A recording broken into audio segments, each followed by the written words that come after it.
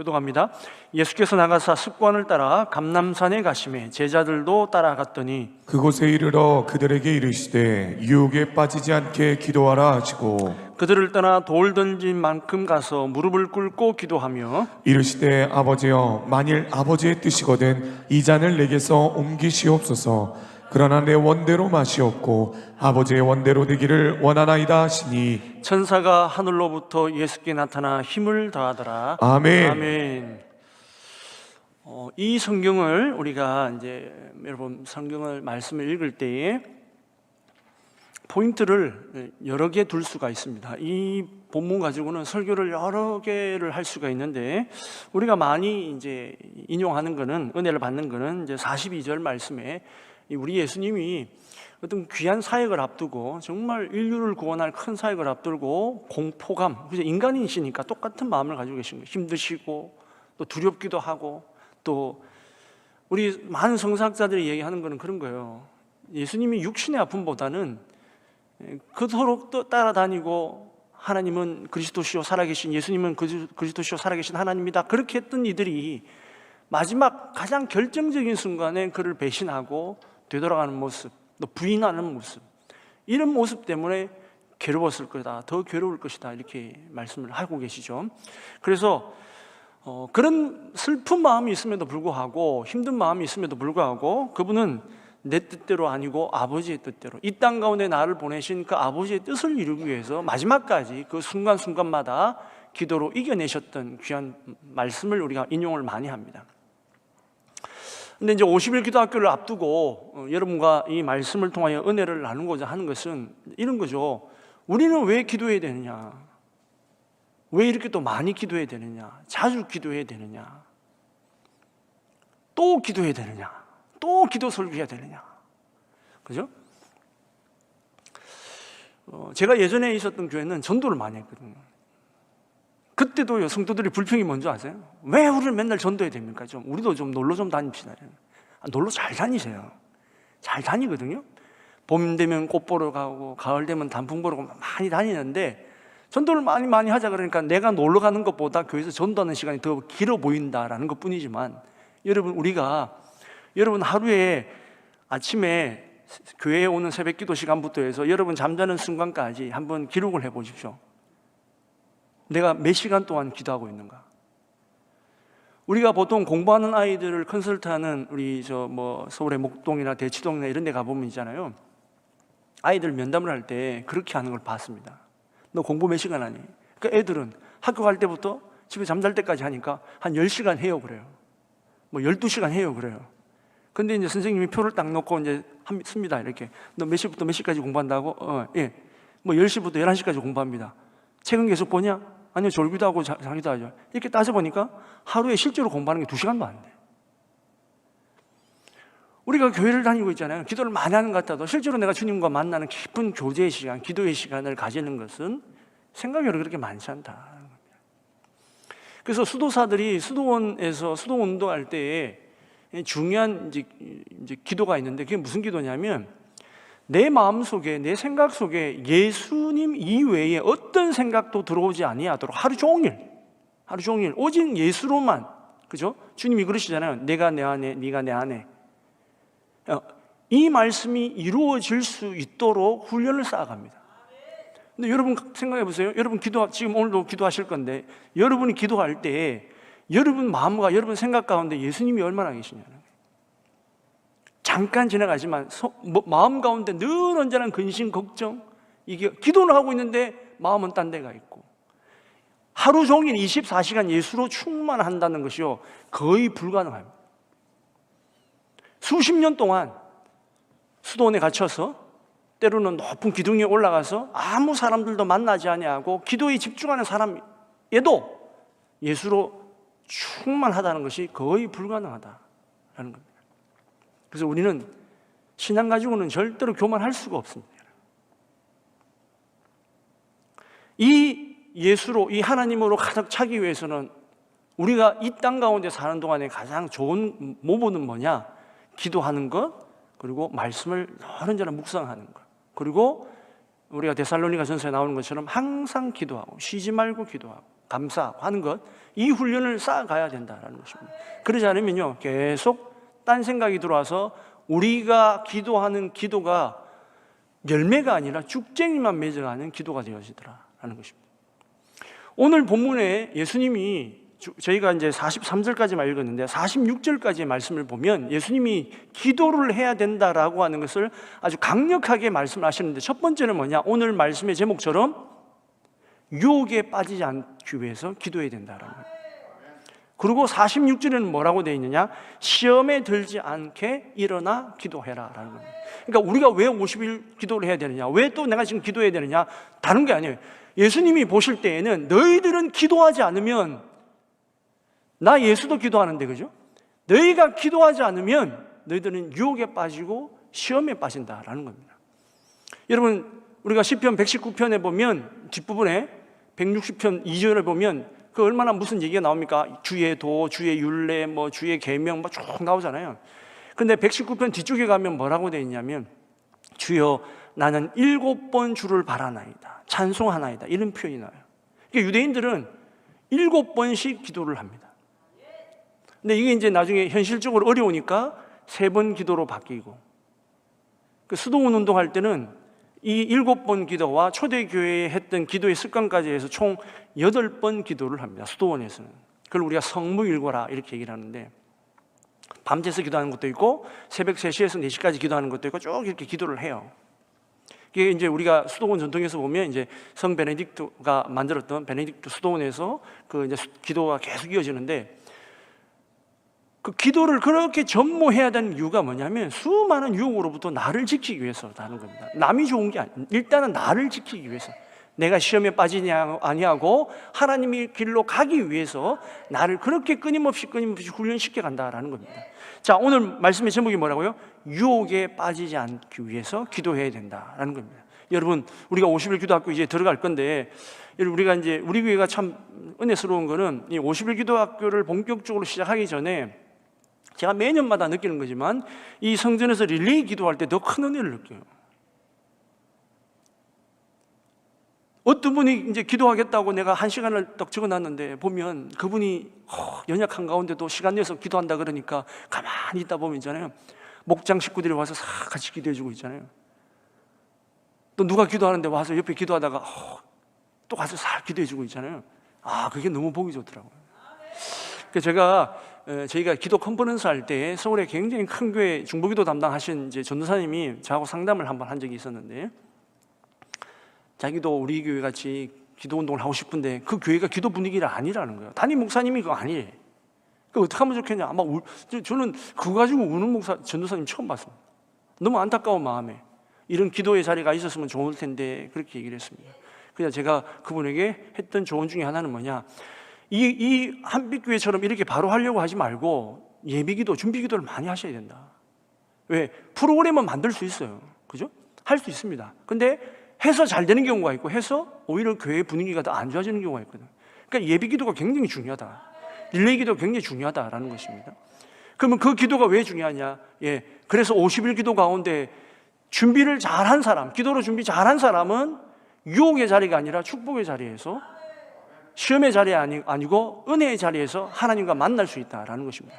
그러니까 기도는 기도로 준비해야 돼요.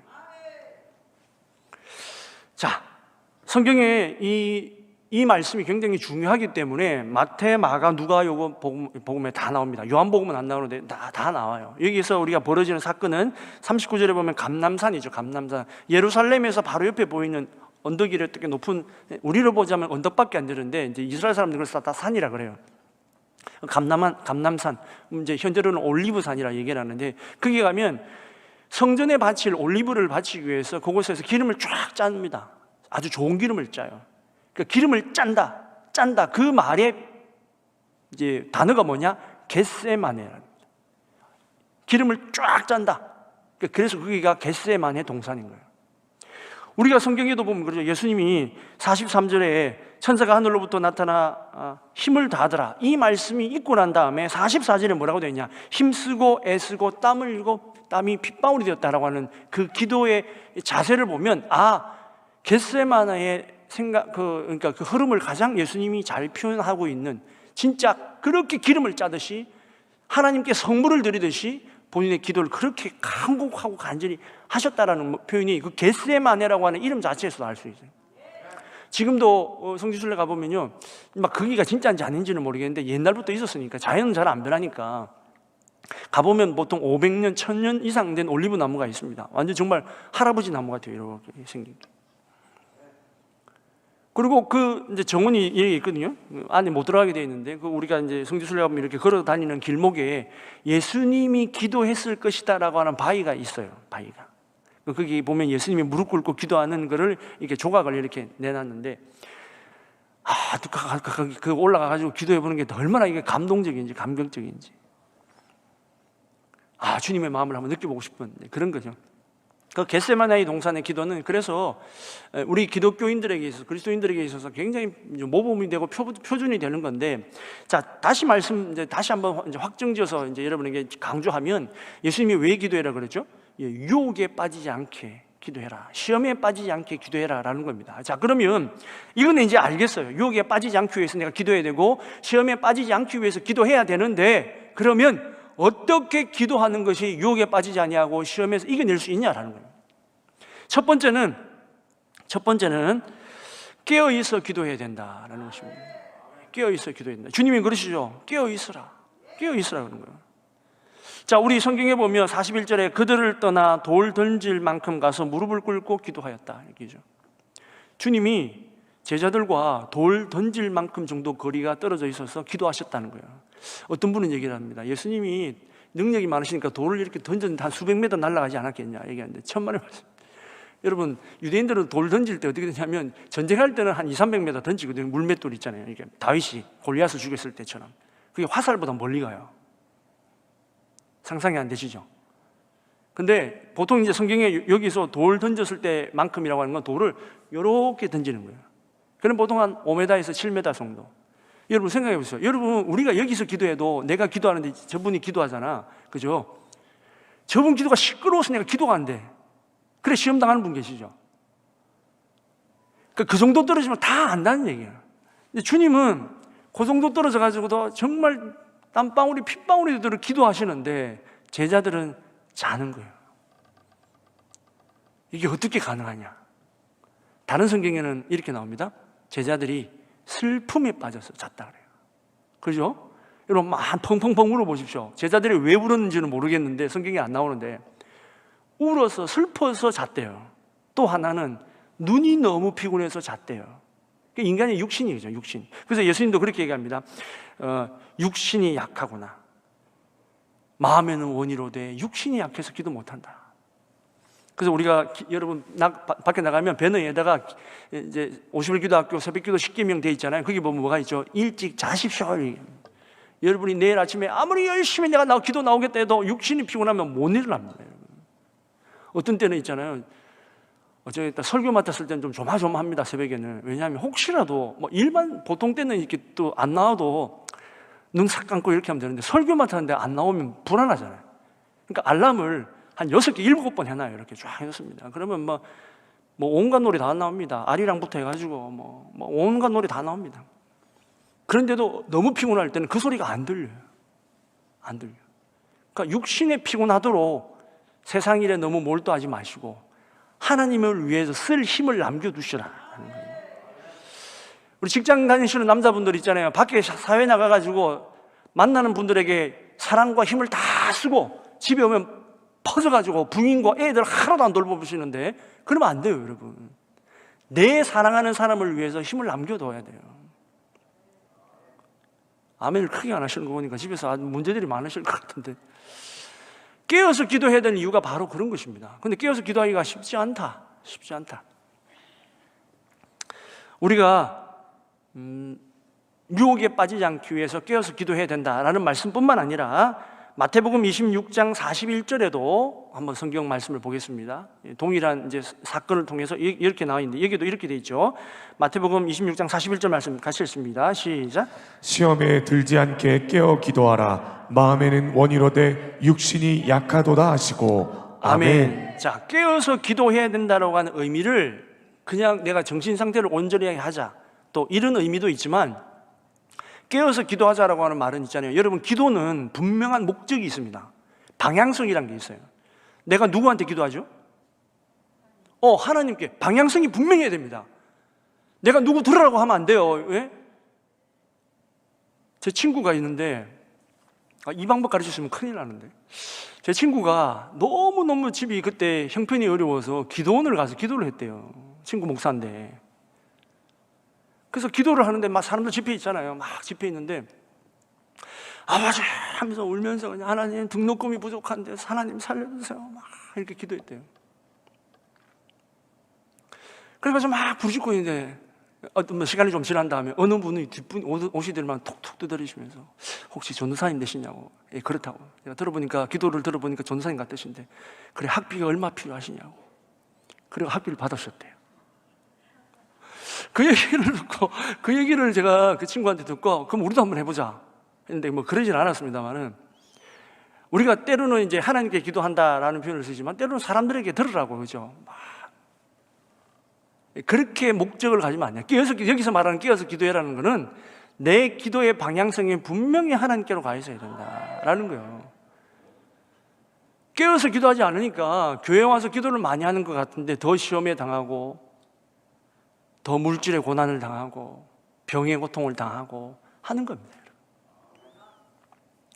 내가 주님께 손을 내밀 때 주님의 손을 잡을 수 있어야 되는데 깨어있지 않으니까 나는 그렇게 달라고 손을 막 휘젓고 있는데 주님은 손을 내밀고 있는데 그 손을 보지를 못해. 놓쳐버려요. 그래서 나중에 이제 신앙에 지쳐가지고 결국 스스로가 시험에 빠지고 스스로가 사람들의 유혹에 넘어가고 하는 일들이 벌어진다라는 것입니다. 여러분, 하루를 시작할 때 온갖 유혹으로부터 이겨달라고 하나님께 깨어 기도해야 됩니다. 또 나의 영적 약점을 깨어서 기도하는 것은 내가 나의 영적인 약점을 다시 한번 점검을 해봐야 되는 거예요. 내가 뭐가 약한가? 내가 내 신앙생활에 있어서 내가 하나님에 대한 절대적인 신뢰 가운데서 내가 뭐가 부족한가? 나는 늘 언제나 물질의 시험으로 넘어가는 사람인가? 아니면 남들 때문에 내가 시험당하는 사람인가? 아니면 나 스스로 만족하지 못해서 시험당하는 사람인가? 거기를 깨어 일어나서 그 시험을 이겨낼 수 있도록 늘 언제나 마음을 집중하고 살아야 된다라는 것입니다. 자, 성경에는 그 말씀 표현들이 많이 나오는데, 자, 거기에 가장 중요한 것은 뭡니까? 내가 깨어 기도할 때 우리 하나님이 나를 인도하실 것이다라고 하는 신뢰가 중요합니다. 신뢰. 이거 놓치지 마십시오. 내가 그렇게 기도하는 사람은 주님이 놓치지 않으신다라는 겁니다. 두 번째는 하나님의 말씀을 붙들고 기도해야 된다. 하나님의 말씀을 붙들고 기도해야 된다. 에베소서 6장 11절에서 16절 18절까지 말씀 교독합니다. 마귀의 관계를 능히 대적하기 위하여 하나님의 전신갑주를 입으라. 모든 것 위에 믿음의 방패를 가지고 이로써 능히 악한 자의 모든 불화살을 소멸하고 구원의 투구와 성령의 검 곧 하나님의 말씀을 가지라. 모든 기도와 간구를 하되 항상 성령 안에서 기도하고 이를 위하여 깨어 구하기를 항상 힘쓰며 구하라. 아멘. 자, 우리가 신앙생활할 때 그죠? 에베소에 있는 교회들을 향하여 사도 바울이 그렇게 얘기죠. 너희들이 신앙생활을 제대로 하려면, 승리의 삶을 하려면 하나님의 전신갑주를 입어야 된다라고 얘기를 합니다. 그 하나님의 전신갑주 중에 굉장히 중요한 게 뭡니까? 17절 말씀에 구원의 투구와 성령의 검 곧 하나님의 말씀을 가지라 하는 겁니다. 자, 이걸 여러분 성경을 자세히 보셔야 돼요. 보시면 뭐냐면 대부분의 여기 전신갑주에 나오는 모든 뭐 방패라든지 투구라든지 이런 것들은 무슨 무기입니까? 방어용 무기예요. 근데 하나님의 말씀은 뭐라고요? 공격형 무기입니다. 쉽게 말씀드리면 내 시험과 내 마귀와 내 환경을 이길 수 있는 유일한 것은 하나님의 말씀으로 싸워서 이기는 방법밖에 없다. 우리 생각으로 안 됩니다. 내 지식으로 안 됩니다. 내 경험으로 안 됩니다. 하나님의 말씀으로 싸워라. 그 기도가 굉장히 능력 있고 강력합니다. 여러분, 우리가 아시잖아요. 마태복음 4장에도 보면 예수님이 광야에서 마귀에게 시험을 당합니다. 그 세 가지를 당하죠. 어떻게 이기셨죠? 다 구약의 말씀 가지고 이겼습니다. 우리가 세상에 시험을 당하고 어려움을 당하고 환난을 당하고 여러 가지 고난을 당할 때 여러분, 우리는 사람을 의지하려고 하고 여러 가지를 찾으려고 하지만 주님이 나한테 들려주시는 그 말씀 하나면, 그죠? 삼손이 그러잖아요. 한 말씀만, 한 번만. 그 불교 사람들은 그걸 화두라고 그래요. 화두. 어느 큰 스님한테 가가지고 스님 한 말씀만 해주세요 그래요. 그럼 그 사람은 그 평생 그 말씀 가지고 사는 거예요. 근데 우리는 천하를 만드시고 온 우주를 만드신 능력을 초월하는 이 하나님의 말씀을 의지하지 아니하고 다른 것에 의지할 때, 아니 교회 와서 기도하고 교회 와서 뭐 신앙생활 하는데 늘 실패야, 늘 져. 왜 그렇습니까? 주님 말씀에 사로잡혀야 된다. 사로잡혀야 된다.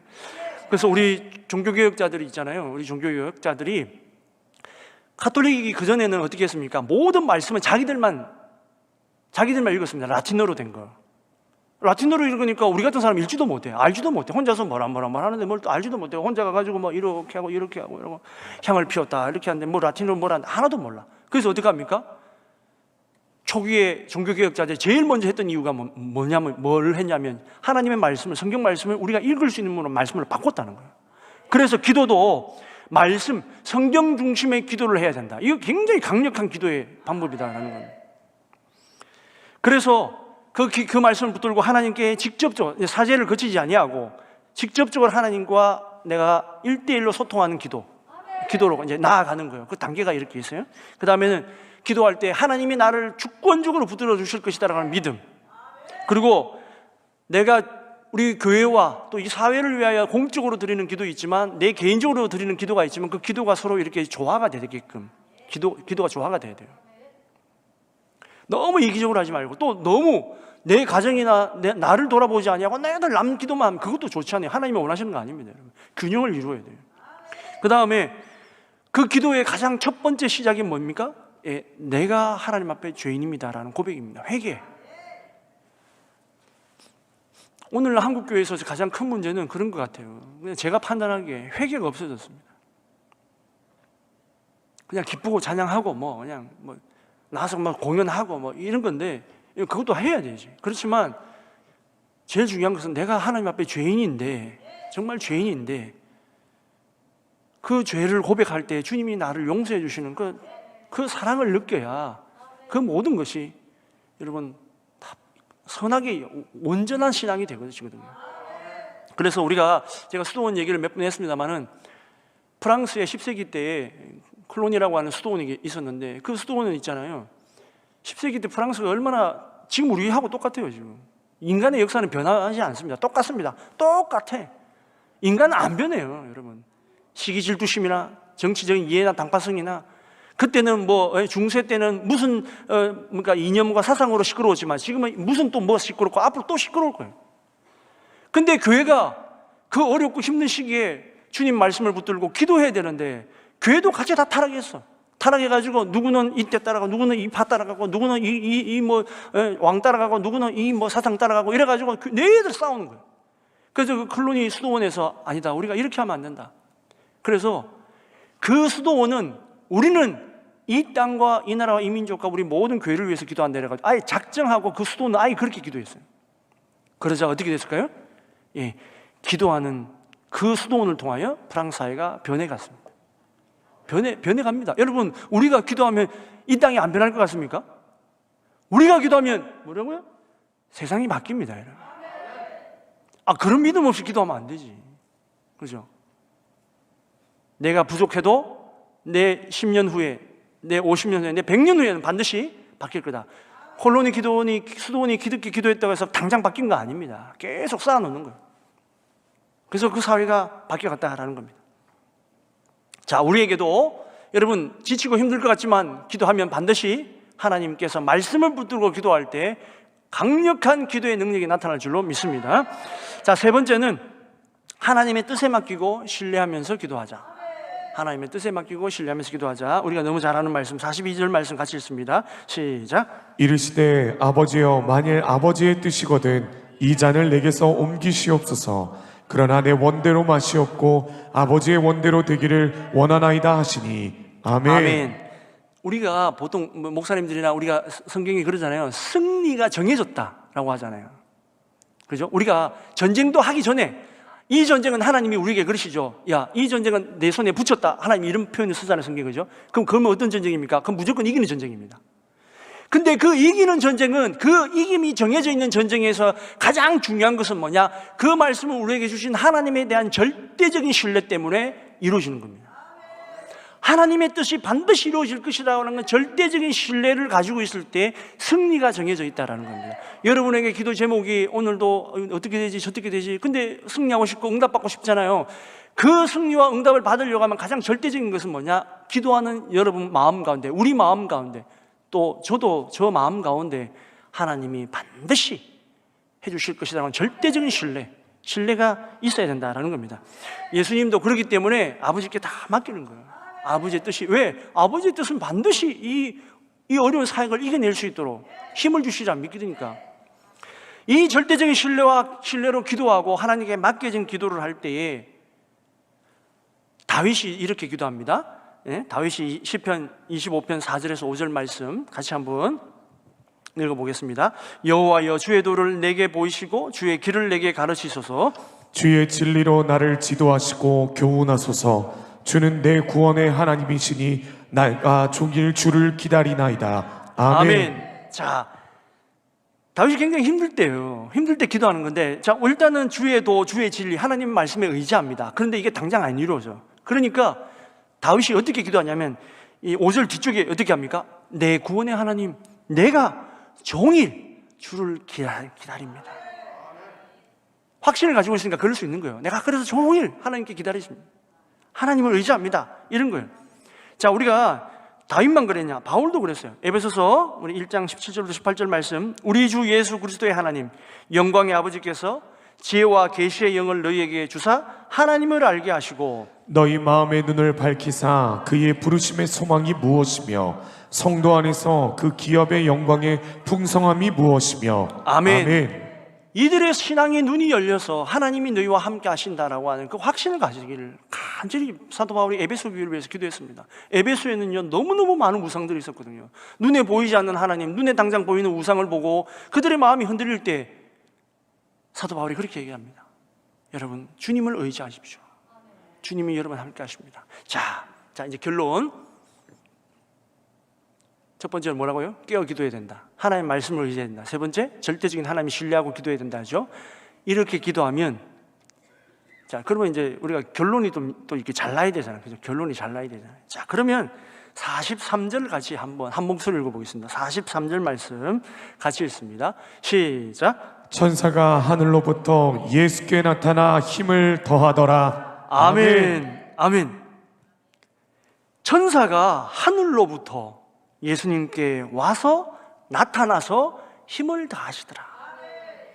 우리가, 여러분이 깨어 기도하고 주님 말씀에 붙잡혀서 기도하고 확신을 가지고 신뢰를 가지고 주님 앞에 기도하면 천사들이 하늘로부터 여러분의 가정에, 우리 한빛교회에, 이 나라 이민족에, 우리 목장에, 우리 교구에 힘을 더하시더라. 오늘 기도할 때 여러분, 나 혼자 기도한다 생각 마십시오. 여러분 깨어서 기도하고 말씀을 붙들고 기도하고 절대적인 신뢰를 가지고 기도하면 하나님이 어떻게 하신다고요? 여러분에게 힘을 다할 수 있도록 천군 천사를 붙여주신다는 것입니다. 이 복된 기도의 순간에서 하나님을 만나시고 오늘도 기도로 승리하시는 복된 시간 되시기를 간절히 축원드립니다. 기도하겠습니다.